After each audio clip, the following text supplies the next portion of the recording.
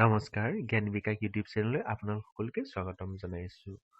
আজি আমি ADRE grade 3 আৰু গ্ৰেড 4 আৰু অসম পুলিচৰ হ'বলগীয়া আগন্তুক পৰীক্ষাৰ বাবে কেইটামান গুৰুত্বপূৰ্ণ প্ৰশ্ন হিষ্ট্ৰী অফ আছামৰ পৰা আমি চাম। ৰাধাকৃষ্ণৰ নাম লৈ আজি আমি আমাৰ ছেছনটো আৰম্ভ কৰিছোঁ। আজিৰ প্ৰথম প্ৰশ্ন হৈছে during the reign of which Ahom ruler the battle of Alaboi took place. কোন আহোম শাসকৰ ৰাজত্বকালত আলাবৈ যুদ্ধ সংঘটিত হৈছিল?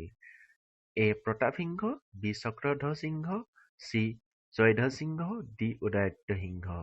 ইয়াৰ শুদ্ধ উত্তৰ হৈছে বি চক্ৰধ্বজ সিংহ। আজি ২ নম্বৰ প্ৰশ্ন হৈছে who was the court poet of Ahom ruler Rudrasingha. Ahom শাসক ৰুদ্ৰসিংহৰ দৰবাৰৰ কবি কোন আছিল? A Sukumar Barkaith, B Kabiraj Chakravarty, C Dilbar, D Dosai. ইয়াৰ শুদ্ধ উত্তৰ হৈছে বি কবিৰাজ চক্ৰৱৰ্তী।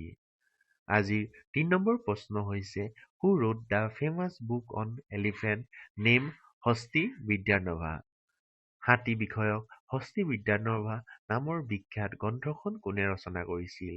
এ Sukumar Barkaith, B Kabiraj Chakravarty, C Dilbar, D Dosai. ইয়াৰ শুদ্ধ উত্তৰ হৈছে এ সুকুমাৰ বৰকাইত।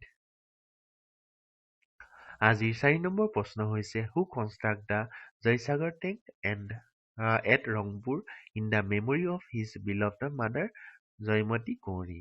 মৰমৰ মাতৃ জয়মতী কুঁৱৰীৰ স্মৃতিত ৰংপুৰত জয়সাগৰ টেংক কোনে নিৰ্মাণ কৰিছিল?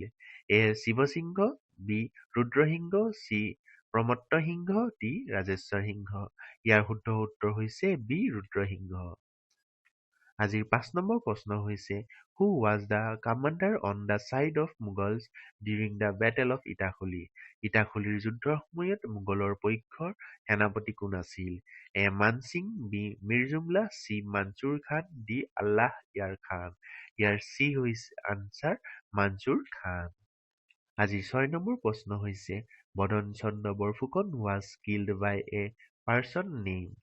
বদন চন্দ্ৰ বৰফুকনক হত্যা কৰিছিল ডেছ নামৰ এজন ব্যক্তিয়ে। A Haradatta, B ভটাই Deka, C Rupsingh Subedar, D Alon Borborua. ইয়াৰ শুদ্ধ উত্তৰ হৈছে চি ৰূপসিং সুবেদাৰ। আজিৰ ৭ নম্বৰ প্ৰশ্ন হৈছে which Ahom ruler of Kamarupa is believed to have participated in the war of Kurukshetra. কামৰূপৰ কোন শাসকে কুৰুক্ষেত্ৰৰ যুদ্ধত অংশ লৈছিল বুলি বিশ্বাস কৰা হয়? এ ভগদত্ত, বি নৰকাসুৰ, চি বানা, ডি ভাস্কৰ বৰ্মন। ইয়াৰ শুদ্ধ উত্তৰ হৈছে এ ভগদত্ত। আজিৰ ৮ নম্বৰ প্ৰশ্ন হৈছে the খৰিকটীয়া and the Meteka Ali was build during the reign of. Kharikatia আৰু মেটেকা আলি দেশৰ ৰাজত্বকালত নিৰ্মাণ কৰা হৈছিল? A Gadadhar Singha, B Sivasingha, C Rudrasingha, D Pramatta Singha. ইয়াৰ শুদ্ধ উত্তৰ হৈছে চি ৰুদ্ৰসিংহ। আজিৰ ৯ নম্বৰ প্ৰশ্ন হৈছে who did the illustration work of Hasti বিদ্যানভা। হস্তি বিদ্যানভাৰ চিত্ৰকল্পৰ কাম কোনে কৰিছিল? A Sukumar Barkaith, B Hem Saraswati, C Dilbar and Dosai, D Madhav Kandali. ইয়াৰ শুদ্ধ উত্তৰ হৈছে দিলবৰ এণ্ড দছাই। আজিৰ ১০ নম্বৰ প্ৰশ্ন হৈছে who was the last ruler of the Chutias. চতিয়াসকলৰ শেষ শাসক কোন আছিল? A Nitipal, B Dharmadas Pal, C Brahmapal, D Dharmapal. ইয়াৰ শুদ্ধ উত্তৰ হৈছে এ নীতিপাল। আজি ১১ নম্বৰ প্ৰশ্ন হৈছে Dandua Droh occur during the reign of which Ahom ruler. কোন আহোম শাসকৰ ৰাজত্বকালত দন্দুৱা দ্ৰোহ সংঘটিত হৈছিল? A Kamaleswar Singha, B Chandrakanta Singha, C Purandar Singha, D Lakshmi Singha. Dandua Droh occur during the reign of Kamaleswar Singha. আজি আমাৰ ১২ নম্বৰ প্ৰশ্ন হৈছে who was the father of Sati সাধিনী।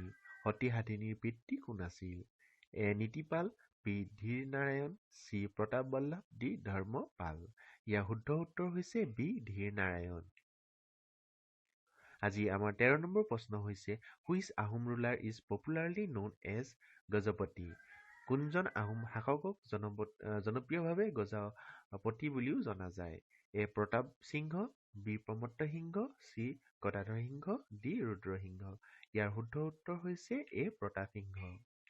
আজি আমাৰ 14 নম্বৰ প্ৰশ্ন হৈছে which of the following ruler was the last king of Barman dynasty?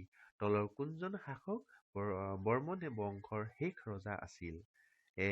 Hazara Barman, B. Kumar Bhaskar Barman, C. Bhuti Barman, D. Nitipal. ইয়াৰ শুদ্ধ উত্তৰ হৈছে বি. কুমাৰ ভাস্কৰ বৰ্মন। আজি আমাৰ 15 নম্বৰ প্ৰশ্ন তথা অন্তিমটো প্ৰশ্ন হৈছে who was the founder and the first ruler of the Barman dynasty? Barman বংশৰ প্ৰতিষ্ঠাপক আৰু প্ৰথম শাসক কোন আছিল? A. Pushya Barman, B. Mahendra Barman, C. Sutita Barman, and D.